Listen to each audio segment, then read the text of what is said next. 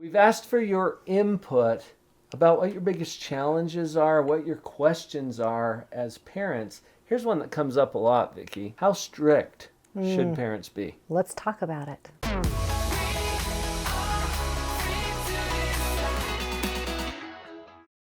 Vicki, you are a fact finder.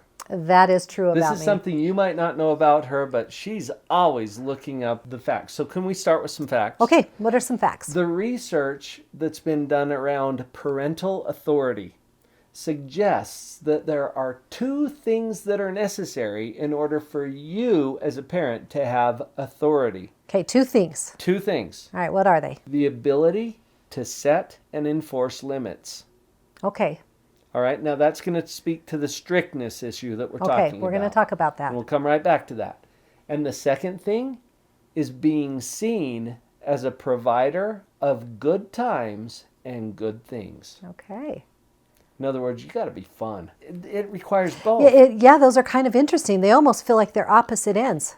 Right, but you think about the people in your life who have had authority over you. Maybe it's your parents, maybe it's a coach, maybe it's a teacher, an instructor from when you were younger. And those two elements are commonly found in all the examples that we've looked at about someone who has authority. So to have authority as a parent, we have to be able to set and enforce those limits. Can I just stop you for a second? I think that speaks really strongly when you say set and enforce. And enforce. Yeah, that's a real tricky part as parents. You know, that plays back to a lot of the other videos we've talked about, is how to set limits that we can and will enforce. You know, I did child custody evaluations for 13 years in my career. You remember this. I do. And one of the things that came up so commonly that was so frustrating to these parents going through this difficult time is all of the unenforceable rules. Right. That come up in a divorce. Now, if you're in that situation, you know exactly what I'm talking about. As parents, we have to have enforceable limits because we can't count on our kids to enforce their own limits. This puts you in a better position as a parent, too, because if you can't enforce the limit, then you're counting on your kids to do that for themselves, and if they don't want to, they won't cooperate with you, and then we've got mayhem. Right. If you can enforce it, you don't even have to argue.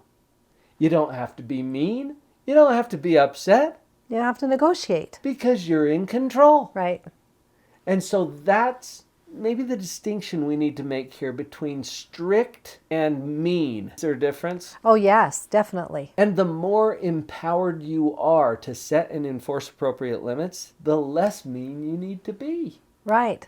You can smile. And actually, you're going to have more authority if you're not mean, if you're able to do it in a very calm way. Exactly. Okay, let's talk about the be seen as a provider of good things. Of good times and good things. Kids need to have some fun. That is the way play is the child's work and how they learn. Right. And being fun makes you more engaging to those kids, too. I tend to be kind of goofy.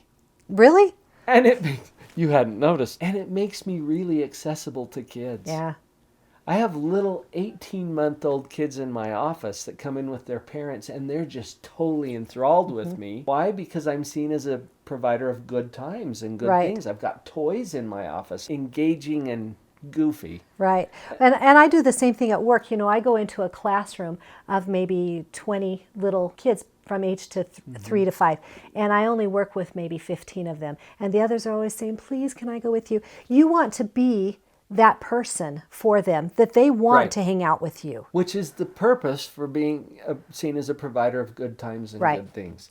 Plus, that gives you some leverage. Right. Because when we go back to the discipline part of things, how are you going to enforce some of the limits that you're setting? Through the good times and good things that you're a provider of. If you're a source of those things, then people have a reason to listen to you. That's the power of it. Now, we talked about we need to set and enforce limits.